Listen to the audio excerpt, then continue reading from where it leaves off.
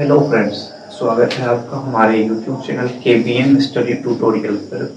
चलिए आज हम लोग देखते हैं, कल जहाँ तक पढ़ लिए थे उससे थोड़े आगे एक्सरसाइज 8.1 की ही बात करेंगे। आज भी हम लोग एक्सरसाइज 8.1 पर क्वेश्चन नंबर 8 की बात करेंगे। 7 तक की बात हो गई है तो 8 से बात करते हैं। 8 में हमारे पास दिया हुआ है कि 3 cot A equals to 4, 3 cot A equals to 4 और चेक करने के लिए कह रहा है कि ये इक्वल है इनका, है या नहीं, ऐसा पूछ रहा है कि इनका और उनका वैल्यू सेम है या नहीं। तो हमको यहाँ जो वैल्यू दी गई है इसके अनुसार एक बना लेते हैं ट्रायंगल। मान लीजिए हमारा ये एक ट्रायंगल है A, B और C, जिसका B राइट एंगल है। तो गिवन है तो गिवन से ही चलना शुरू करते हैं। गिवन में दिया हुआ है 3 cot A equals to 4। 3 को जब भेजेंगे उधर तो हो जाएगा हमारे पास cot A equals to 4/3। ठीक है, अब इसको कंपेयर कर दीजिए। तो कंपेयर कैसे करते हैं? cot थीटा क्या होता है? Base by perpendicular. Base by perpendicular दिया हुआ है 4/3, तो बेस को हम लोग 4 कह देंगे और परपेंडिकुलर को हम लोग 3 कर देंगे। ये होता है कंपेयर करना। मान लीजिए ये 4/3 किसी नंबर को रिड्यूस करके आया है तो आप यहाँ k भी लगा सकते हो, लेकिन इसकी जरूरत नहीं पड़ती है, लास्ट में ये कट जाता है। हमने पहला क्वेश्चन ऐसा करके दिखाया था। चलिए, तो अब यहाँ से हम कह सकते हैं कि इसमें जो बेस है वो 4 है और जो परपेंडिकुलर है वो 3 है। तो इससे हम लोग हाइपोटेन्यूज निकाल सकते हैं। चलिए हम बात करते हैं इन ट्रायंगल ABC की। ABC में हमको AC निकालना है, तो AC बराबर root under perpendicular square plus base square होगा। परपेंडिकुलर हमारा 3 है का स्क्वायर और बेस हमारा 4 है उनका स्क्वायर। यहाँ हो जाएगा 9 + 16। तो AC बराबर रूट अंडर 25 और ये 25 जब रूट से निकलेगा तो हो जाएगा 5। तो हमारा AC आ गया है 5। ये एक हाइपोटेन्यूज जैसा काम करेगा, ये बेस जैसा काम करेगा और ये परपेंडिकुलर जैसा काम करेगा, क्योंकि एंगल A के रिस्पेक्ट में बात कर रहे हैं। एंगल A के रिस्पेक्ट में बात करने के लिए ये भी कहा है। ठीक है, अब हमको इधर और इधर का वैल्यू सेम आता है या नहीं ये चेक करना है। तो हम LHS से चल पड़ते हैं। चेक करने के लिए जो LHS में है वो है हमारे पास 1 - 10 स्क्वायर A बटे 1 + 10 स्क्वायर A। चलिए हम लोग निकालते हैं। 1 - 10 A का वैल्यू इसमें देख के कहेंगे हम लोग 10 क्या होता है, तो P/B को 10 कहते हैं। P/B को 10 कहते हैं। तो P है 3 और B है 4, तो 3/4 का होल स्क्वायर और 1 + 3/4 का होल स्क्वायर, क्योंकि यहाँ भी 10 है यहाँ भी 10 है, तो 3/4 का होल स्क्वायर। चलिए इधर ध्यान दीजिए, वहां से लाएंगे फिर इधर होगा हमारे पास 1 - 3 3 जा 9/4, 3 3 जा 9/4, 4 जा 16 अपॉन 1 + 9/16। ठीक है, फिर देखिए यहाँ से जब इसके नीचे कुछ नहीं तो 1 लगा सकते हैं, इसके भी नीचे 1 लगा सकते हैं। 16 से जब हम लोग LCM लेंगे तो हो जाएगा 16 - 9, 16 में से 9 जाएगा तो 7/16 और 16 + 9 चलेंगे तो हो जाएगा 25/16। तो 16 से 16 खत्म हो जाएगा तो हमारा आंसर हो गया 7/25। एक ये आंसर नहीं हुआ, ये LHS की वैल्यू आई है। अब RHS चेक करते हैं हम लोग। RHS में हमारे पास है cos square A - sin square A। cos theta क्या होता है?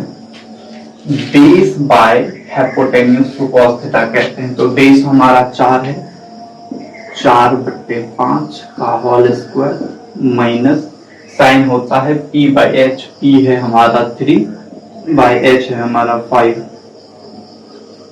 h हमारा 5 का होल स्क्वायर, तो ये हो जाएगा 4 4 जा 16 बाई 25 माइनस 9 बाई 25, जब एलसीएम ले लेंगे तो ये हो जाएगा 7 बाई 25। देखिए LHS और RHS की वैल्यू सेम आई है, तो हम कहेंगे हाँ LHS और RHS इक्वल है, LHS बराबर है RHS का। 9 नंबर में दिया हुआ है tan A इक्वल्स टू 1/√3 और दो क्वेश्चन पूछी गई इसमें। पहला है sin A cos C plus sin A sin C का वैल्यू निकालिए, दूसरा है cos A cos C minus sin A sin C का वैल्यू निकालिए। देखिए एक हम ट्रायंगल बना लिए हैं, ट्रायंगल में A के रिस्पेक्ट में बात करना है तो थीटा की जगह A रखे हैं, ABC, B जो है इसका राइट एंगल है, तो हमने राइट भी बना दिया है। जहां जो चीज दिया हुआ है वहीं से चलना शुरू करेंगे। हमारे पास है tan A इक्वल्स टू 1/√3, ठीक है। इसको कंपेयर कर लीजिए, tan थीटा होता है perpendicular upon base equals to 1/√3, compare करेंगे तो P हो जाएगा 1 और बेस हो जाएगा √3। बेस हमारा ये है तो ये हो गया √3, इसको हम लोग बेस कहेंगे, परपेंडिकुलर हो गया 1, इसको हम लोग P कहेंगे। चलिए ट्रायंगल ABC की बात करें तो AC हमको नहीं है, AC हम निकालते हैं। In triangle ABC, AC equals to, AC कैसे निकालते हैं, P square plus B square. P हमारे पास है 1, तो 1 का स्क्वायर प्लस B है √3 का होल स्क्वायर। 1 का स्क्वायर 1 प्लस √3 का स्क्वायर हो जाएगा 3, ये जोड़ के हो जाएगा √4 और √4 से निकलेगा तो हो जाएगा 2। AC की वैल्यू हो गई 2।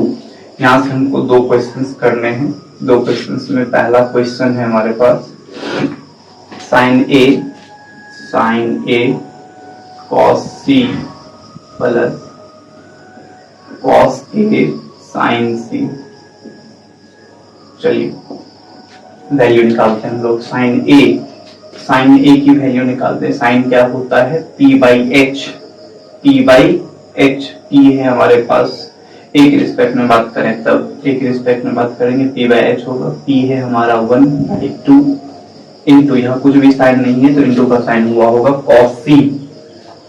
cos की बात करना है लेकिन C की, cos होता है हमारा B/H, cos होता है B/H, लेकिन C के रिस्पेक्ट में बात करेंगे तो बेस हमारा हो जाएगा 1 और हाइपोटेन्यूज हो जाएगा 2, तो ये हो गया 1/2 प्लस cos A की रिस्पेक्ट में बात करें और एंगल A की रिस्पेक्ट में बात करेंगे तो बेस हो जाएगा √3, हाइपोटेन्यूज हो जाएगा 2, तो √3/2 इंटू sin C की रिस्पेक्ट में बात करना है तो C यहाँ है तो परपेंडिकुलर यहाँ होगा, एंगल C यहाँ है तो परपेंडिकुलर उसका यहाँ होगा, तो परपेंडिकुलर बाय हाइपोटेन्यूज यानी √3/2। 1 को मल्टीप्लाई करेंगे तो 1/4 प्लस 3/4, दोनों को ऐड कर देंगे तो हो जाएगा 4/4, यानी कट के हो जाएगा 1। तो हमारा एक नंबर का वैल्यू आया है 1। हम दो नंबर देखते हैं, इनको देखते हैं। 2 नंबर में वैल्यू दी गई है, पूछी गई क्वेश्चन है कि cos A cos C minus sin A sin C। चलिए देखिए cos A की वैल्यू आप इधर पे ही इस्तेमाल कर रहे होंगे। cos A की वैल्यू क्या हुई थी, √3/2 इंटू cos C की वैल्यू भी कहीं रखे हैं। cos C की वैल्यू क्या होती है 1/2, cos C की वैल्यू 1/2 माइनस sin A की वैल्यू क्या रखे 1/2 इंटू sin C की वैल्यू लास्ट में √3/2 मल्टीप्लाई कर दीजिए। √3 इंटू 1 तो √3, 2 इंटू 2 4 माइनस √3/4, ये पॉजिटिव का ये नेगेटिव का खत्म हो गया तो इसका वैल्यू हो गया 0। 10 नंबर क्वेश्चन में दिया हुआ है कि एक ट्रायंगल है PQR जिसका Q राइट एंगल है और PR प्लस QR, PR और QR, PR और QR यानी ये साइड और ये साइड मिला के, ये और ये साइड मिला के दिया हुआ 25 सेंटीमीटर और PQ दिया हुआ 5 सेंटीमीटर। तो PQ अकेला है, इनको लिख लेते हैं हम लोग 5 सेंटीमीटर। ये हमारा बेस के जैसा काम करेगा, ये परपेंडिकुलर और ये हाइपोटेन्यूज के जैसा काम करेगा। ठीक है, चलिए हम लोग सॉल्व करना शुरू करते हैं। और निकालना हमारे पास sin p cos p tan, इनकी वैल्यूज निकालनी है। हम लोग बात करते हैं, हमारे पास दिया हुआ है PR प्लस QR बराबर 25 सेंटीमीटर, ये चीजें दी हुई है और एक वैल्यू और दिया हुआ है PQ बराबर 5 सेंटीमीटर। चलिए हम लोग ध्यान से देखते हैं, क्या करते हैं। यहाँ से PR हमारा हाइपोटेन्यूज है, इनको रखते हैं, QR को भेजेंगे। तो PR बराबर 25 minus QR, squaring on both side करते हैं। यहाँ से स्क्वायरिंग ऑन बोथ साइड, दोनों साइड क्या करेंगे, स्क्वायर करेंगे। तो हो जाएगा हमारा PR का होल स्क्वायर बराबर 25 माइनस QR का होल स्क्वायर। PR का स्क्वायर एक परपेंडिकुलर है, PR एक परपेंडिकुलर है, तो परपेंडिकुलर का स्क्वायर होता है बेस का स्क्वायर प्लस PR एक हाइपोटेन्यूज है, तो PQ यानी बेस का स्क्वायर प्लस परपेंडिकुलर के स्क्वायर के बराबर होगा। तो इसको हम लोग लिख सकते हैं PR स्क्वायर को PQ का स्क्वायर प्लस QR का स्क्वायर। क्यों लिखे ऐसा, क्योंकि PR क्या है, एक हाइपोटेन्यूज, तो हाइपोटेन्यूज का स्क्वायर परपेंडिकुलर का स्क्वायर और बेस के स्क्वायर के सम के बराबर होता है। तो सम के बराबर कर दिए, इनको सम के बराबर कर दिए, बराबर 25 का स्क्वायर 625 माइनस, ये देखिए a माइनस बी के होल स्क्वायर पे टूटेगा, तो ये हो गया a, ये हो गया b, तो a स्क्वायर माइनस 2ab, तो 2 इंटू 25 इंटू b की जगह QR है, तो QR प्लस QR का होल स्क्वायर, QR का होल स्क्वायर। देखिए यहाँ भी QR स्क्वायर, यहाँ भी QR स्क्वायर, दोनों QR स्क्वायर हो गया कैंसिल। तो हमारे पास बचा हुआ है PQ का होल स्क्वायर। तो PQ की वैल्यू पता है 5, तो 5 का स्क्वायर बराबर 625 माइनस 25 दूनी 50, 625 माइनस 50 QR। ठीक है, बाकी को कट चुका है। चलिए 5 का स्क्वायर 25 होगा बराबर 625 माइनस 50 QR। इसको ले आइए इधर, तो हो जाएगा माइनस 600 बराबर माइनस 50 QR। माइनस से माइनस कैंसिल आउट और 50 से ये कट जाएगा 12 टाइम्स में, तो QR की वैल्यू निकल के आ गई 12। QR की वैल्यू निकल के आ गई 12। QR हमको निकल के आ चुका है, QR हमको निकल के आ चुका है 12, और ये हमारा परपेंडिकुलर था, ये सेंटीमीटर में निकल के आया है। जब हाइपोटेन्यूज और परपेंडिकुलर मिलके 25 था, परपेंडिकुलर 12 हो गया, तो ये बचेगा 13, तो हाइपोटेन्यूज हो गया हमारा 13 सेंटीमीटर का। ठीक है, यहाँ भी आप वो चीज देख सकते थे, यहाँ भी यदि इक्वेशन फर्स्ट माने तो PR और QR मिल के 25 था, जिसमें QR 12 हो गया, तो PR 13 हो जाएगा। इक्वेशन फर्स्ट की बात करेंगे, इक्वेशन फर्स्ट से PR प्लस QR बराबर 25 सेंटीमीटर, तो PR को रखें प्लस 12 बराबर 25, तो पी आर बराबर हो जाएगा 25 माइनस 12 यानी 13 सेंटीमीटर। तो पी आर निकल गया 30। अब जो जो वैल्यू इनको चाहिए वो बोल देंगे। हमको चाहिए sine P, cos P, tan P. चलिए साइन पी निकालते हैं। Sine P equals to cos P equals to tan P equals to क्या नहीं, साइन थीटा होता है परपेंडिकुलर अपॉन हाइपोटेन्यूज। परपेंडिकुलर है 12/30, ये हो जाएगा इनका answer. cos p base by hypotenuse, base है 5 बाय हाइपोटेन्यूज 30, ये हो जाएगा आंसर। 10p ये होता है परपेंडिकुलर बाय बेस, परपेंडिकुलर है 12 बाय बेस है 5, ये हो गया इनका आंसर। क्वेश्चन देखते हैं 11 के फर्स्ट नंबर में क्वेश्चन कह रहा है the value of 10a is always less than 1। 10a की वैल्यू हमेशा 1 से कम होती है। 10a की वैल्यू हमेशा लेस देन 1 होता है, less than 1, less than 1। Less than 1 का मतलब क्या हुआ? हमेशा 1 से छोटा होता है 10a की वैल्यू। अच्छा, इसकी बात हम लोग करते हैं। tan थीटा बराबर क्या जानते हैं? Perpendicular by base, perpendicular by base. अब ध्यान दें 1 से छोटा वैल्यू कब आता है? जब हम लोग किसी छोटे नंबर से, जब हम लोग किसी छोटे नंबर से उनसे भी छोटे नंबर में डिवाइड करते हैं। मान लीजिए हम लोग कभी क्या करते हैं 5/9 से डिवाइड, 5 को जब 9 से डिवाइड करेंगे तो 9 से डिवाइड करने पर 5 का वैल्यू 0 पॉइंट समथिंग आएगा, ठीक है। तो इनका मतलब हुआ कि 1 से छोटा होना, तो ये इनका मतलब होगा 1 से छोटा होना।